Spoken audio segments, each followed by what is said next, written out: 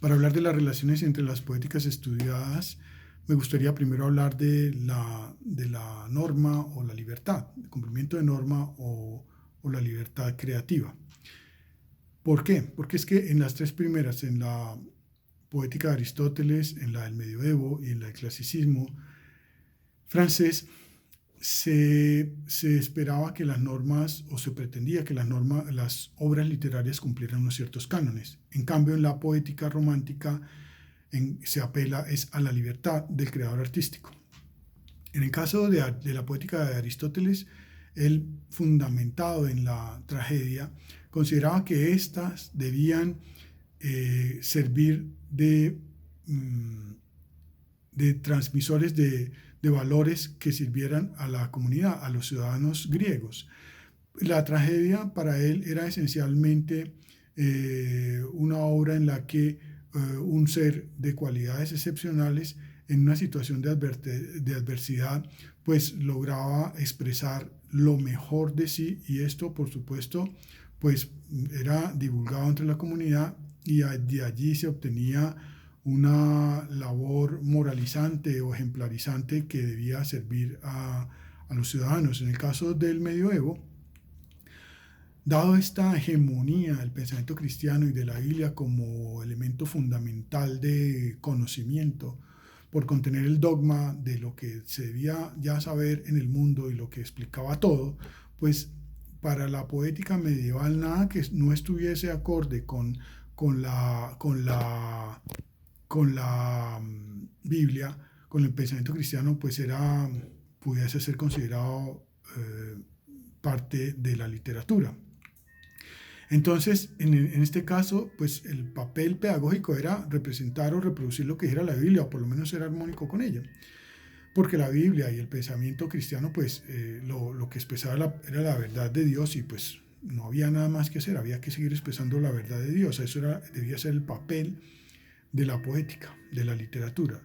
En el caso del clasicismo francés, muy basado obviamente en los planteamientos de Aristóteles, lo que pretendían era que las obras también expresaran valores, grandes cualidades, nada grotesco, nada vulgar, y así también pues educar a estos franceses que estaban en un momento que culmen de muchos aspectos de su desarrollo y que pretendían ser un ejemplo en Europa. En cambio, la poética romántica aludía, dije yo, apelaba a la libertad del genio, del creador artístico. Era el escritor el que iba a expresarse, y en esa virtud no estaba sujeto a normas, más que a explorar su propio interior y en sus emociones y sentimientos recrear a partir de allí la realidad, y con ello obviamente también conmover pues a sus lectores. En este punto es también interesante ver cómo otro aspecto fundamental en que se diferencian estas tres primeras de la última es que la poética de Aristóteles, que influyó a las otras, estaba fundamentada en que las obras debían representar la naturaleza, mientras que en el caso del periodo de la poética romántica no debía hacerse una representación de la realidad, sino que debía hacerse una reinterpretación de ella a partir de lo que el creador literario percibiera desde su interior. Quisiera de todos modos matizar algo.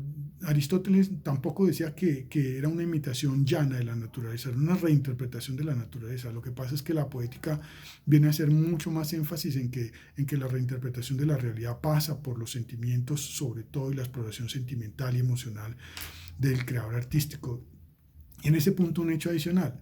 Mire que en la literatura, en la poética de Aristóteles, la tragedia generaba o debía generar catarsis entre los ciudadanos, y en ese sentido espiarlo de sus temores, deseos, culpas, pecados, etc. En tanto que en la poética romántica la catarsis se produce en el creador. Es él quien en un acto de catarsis se logra expresar y logra hacer su obra.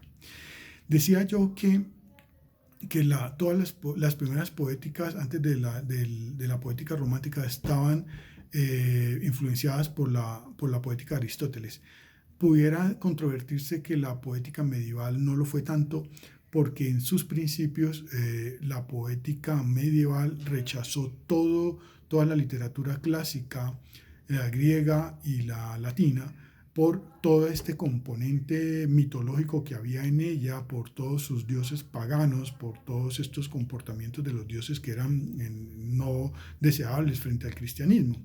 Sin embargo, sí influyó la poética medieval porque después de un tiempo bien avanzado el medioevo, algunos autores empezaron a destacar que la mitología